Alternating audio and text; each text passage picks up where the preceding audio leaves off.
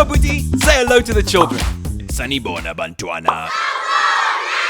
Today, we're learning about animals that we find in the zoo. Are you ready, kids? What is the word for elephant in isiZulu? Indlovu. That's right, indlovu. And what is the word for monkey?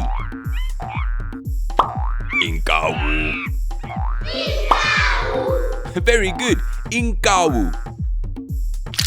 Now, what is the word for giraffe in isiZulu? Indlulamiti. That's right, indlulamiti. And the word for lion in isiZulu? Ibubesi. Very good, ibubesi. Now, what is the word for snake in isiZulu? Inyoka. That's right, inyoka. So, we have indlovu, inkawu, indlulamiti, ibubesi, and inyoka.